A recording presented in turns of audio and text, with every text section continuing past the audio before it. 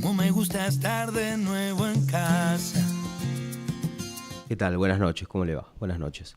Sí, bueno, se viene el invierno y se viene todo lo que es enfermedades respiratorias típicas para la época del año, como para que la población esté informada, como para sacarlo también un poco del conocimiento popular. Desde nuestro lado, las enfermedades respiratorias las dividimos en enfermedades respiratorias de la vía aérea superior y de la vía aérea inferior.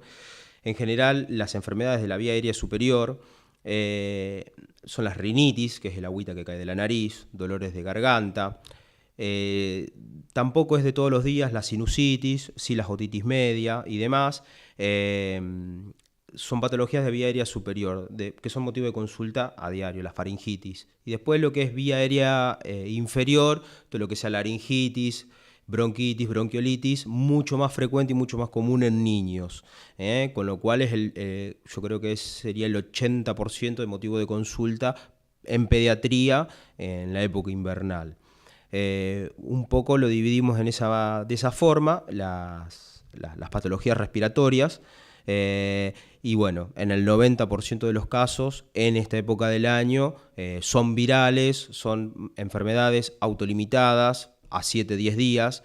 En general hay que acompañar los síntomas, que ahora vamos a hablar un poco sobre la sintomatología, pero no requieren antibióticos. Solamente hay que acompañar el proceso de la enfermedad y nada más.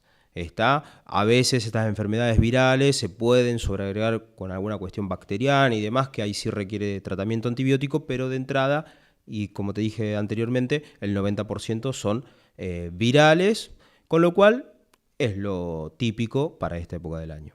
Bueno, con respecto a la sintomatología, que es lo de todos los días, por lo menos acá en el consultorio, es el agüita que cae de la nariz, la tos, moco, disfonía, o sea, voz más gruesa, y fiebre. Son los síntomas más comunes. Ante estos síntomas, el común de la gente o se automedica con algún ibuprofeno, paracetamol, o lo que nosotros vemos peor aún es el consumo de, por ejemplo, los Curaplus, Refrianex y demás, que tienen combinación de drogas que a veces no es lo recomendable, porque cada paciente es particular y cada paciente requiere una medicación.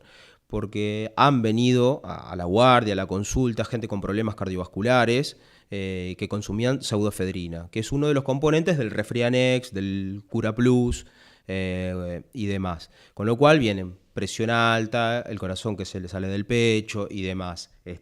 Y no es demasiado el beneficio. Entonces ese sería el problema de la automedicación en estos días. Como puede ser también la automedicación con antibióticos, que vienen pacientes y te dices, estoy tomando esto, ¿quién te lo dio? No, nadie, lo tenía en mi casa y lo tomé. A lo mejor amoxicilina, que es lo de todos los días. Y no tiene criterio para tomar antibiótico. Entonces está generando el mismo paciente resistencia a su organismo para ese antibiótico, con lo cual no tiene criterio, lo está tomando en vano, y la gente cree que el antibiótico lo cura. No, tomó 7 días de antibiótico y se curó porque era el proceso natural de la enfermedad. Si lo toma con criterio está perfecto, pero si lo toma sin criterio es agregarle un medicamento que no tenía sentido al cuerpo, o lo mismo que algún componente de estos medicamentos de venta libre que pueden ser perjudiciales. Por eso siempre se aconseja consumir medicación según la que le prescriba el médico de cabecera. ¿Cuándo consultar? Subfebril, o sea, vamos a separar qué es fiebre y qué no es fiebre, a modo informativo. Fiebre, más de 38. Subfebril es lo que está por debajo de 38. Uno recomienda siempre que el paciente se controle si por día hace varios registros de 38 más de temperatura, si tiene malestar general, dolores poliarticulares, es decir, en varias articulaciones, dolores musculares, malestar general. Esos son criterios para consultar para ver qué es lo que está ocurriendo, si es solamente un proceso viral o es otra cosa. Lo de todos los días es el agüita en la nariz, el dolor de garganta, que muchas veces son procesos autolimitados, que pueden durar 3-4 días, y si se van agregando, o sea, si el proceso viral se va haciendo más complejo, agregamos dolores articulares, fiebre que no baja con un paracetamol, con un ibuprofeno, ¿está? Esas serían como las pautas de alarma, por así decir, donde sí o sí tiene que consultar el paciente. Fiebre que no baja con algún ibuprofeno, fiebre más de 38, 4 o 5 registros por día, dolores poliarticulares, malestar general, que el mismo familiar no le ve con un buen semblante. Bueno, ya eso es como son signos de alarmas como para consultar. Lo que sí es de todos los días es la rinitis, el dolor de garganta y demás. Eso son síntomas que hay que ir controlándolos. ¿Está? Ya prestar un poco más atención cuando ocurre todo esto que mencioné anteriormente. Bueno, respecto a lo que es vacunación antigripal, las recomendaciones estrictas serían las siguientes. Chiquitos hasta 6 meses, mujeres embarazadas y mayores de 65 años. Y aquellas personas que no entrarían dentro de, por ejemplo, yo tengo 31 años, tengo criterio de vacunación. Si tengo alguna enfermedad tipo asma, EPOC, tengo algún problemas cardiovasculares, soy un inmunodeprimido porque tengo alguna enfermedad, porque consumo, no sé, por ejemplo, corticoides de manera crónica, pacientes oncológicos y demás, son pacientes que tienen criterio para vacunarse. Entonces, el resto que no estarían, o sea, que no serían chiquitos, o sea, dijimos menores de 6 meses sí, embarazadas sí, mayores de 65 sí, y el resto de la población, si tiene algún factor de riesgo, es la recomendación vacunarlos. Y el resto de la población quedaría un poco a criterio del médico de cabecera, el médico tratante, y evalúa si el paciente requiere la vacuna antigripal. Esa sería la teoría. La realidad que hay mucha gente que se la coloca sin un criterio fuerte de vacunación, pero bueno, se sienten tranquilas y bueno, cada caso es particular y lo ideal siempre es que tenga la recomendación de su médico tratante, su médico de cabecera, pero no volverse loco ni en esa psicosis de que porque hubo algún brote de gripe en algún lugar, la vacunación masiva, o sea... la prioridad la tiene los pacientes que mencioné anteriormente. Y después, aquellas personas que no están dentro de ese grupo de recomendación estricta para vacunación, queda a criterio del médico tratante. Bueno, lo ideal sería practicar actividades deportivas durante el mediodía, el horario de siesta y demás, donde hay sol, hace un poco más de calor. ¿Por qué no sería lo ideal a la tardecita noche?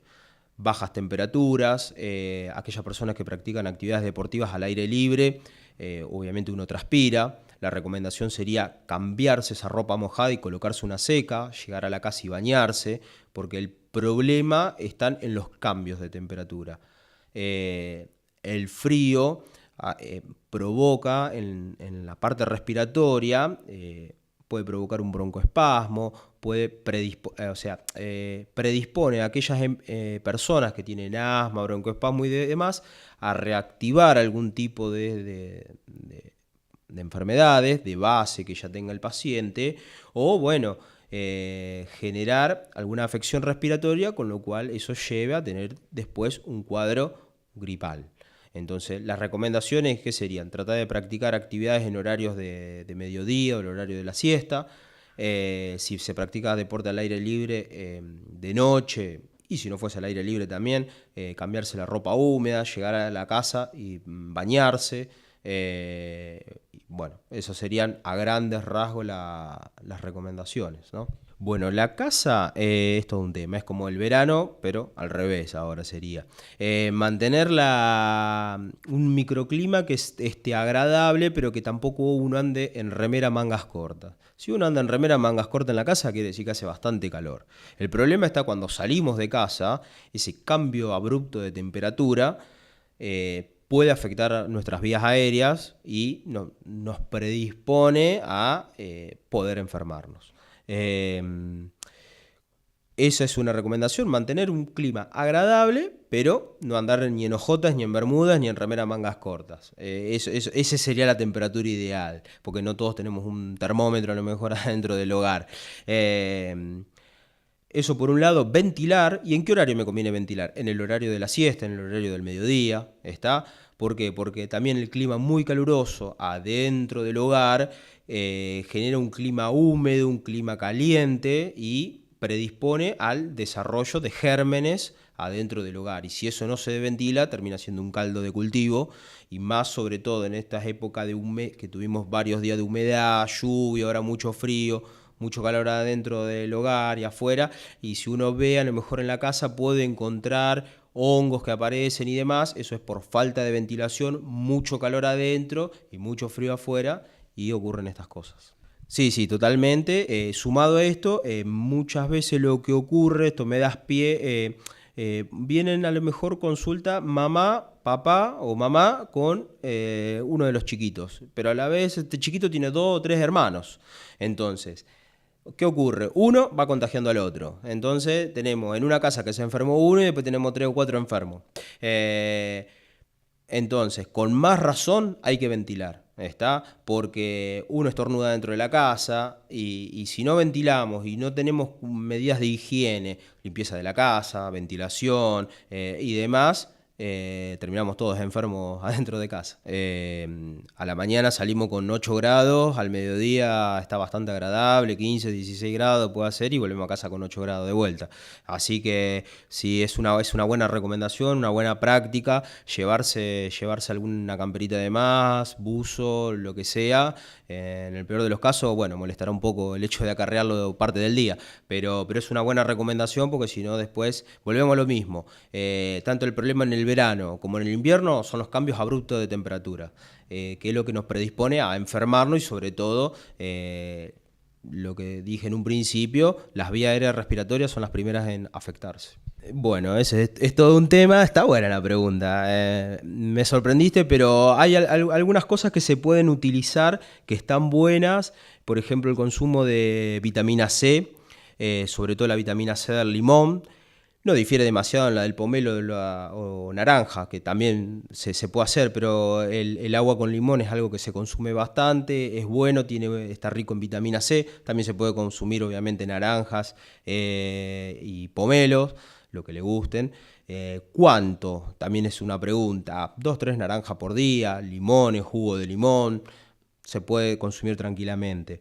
Jengibre es recomendable. Ahí hay que ver quién le gusta y quién no le gusta el jengibre, pero sí. Miel, jalea real, propóleo, son algunas alimentos que protegen las vías aéreas o ayudan. La vitamina C siempre uno hace la recomendación, sobre todo porque es de fácil acceso, lo consume tanto el chiquito que te toma un jugo de naranja como el adulto grande que te toma un agua con limón, ya que fortalece el sistema inmunológico. Y bueno, la verdad que la vitamina C es algo muy recomendable y está al acceso de la mayoría de la gente. Bueno, con respecto, vamos a empezar de los más jóvenes a los más grandes. Todo lo que sean los chiquitos, calendario de vacunación al día, estimular lo que es la lactancia materna en menores de 6 meses, además de las vacunaciones. Abrigarlos más vale de más y no de menos, porque de última, si los abrigamos de más, después le vamos sacando ropa. ¿Qué más? Evitar los cambios abruptos de temperatura, tratar... Si es urgente, se sale. Si no es urgente, tratar de hacer los mandados, los quehaceres en horarios 9, 10 de la mañana, al mediodía. Si está la posibilidad de practicar actividades deportivas, hacerlo en horario de siesta, en horarios donde el clima es más agradable y sea todo un poco más llevadero. Y sobre todo, bueno, en pacientes adultos mayores, gerontes, que se van agregando. No solamente es por la edad, sino que tienen problemas renales, cardiovasculares, enfermedades respiratorias o predisposiciones a enfermarse. Bueno, esa gente tienen que tener más cuidado aún con lo que son cambios de temperatura, y bueno, tengan su medicación al día, que estén controlados. Como me gusta estar de nuevo en casa.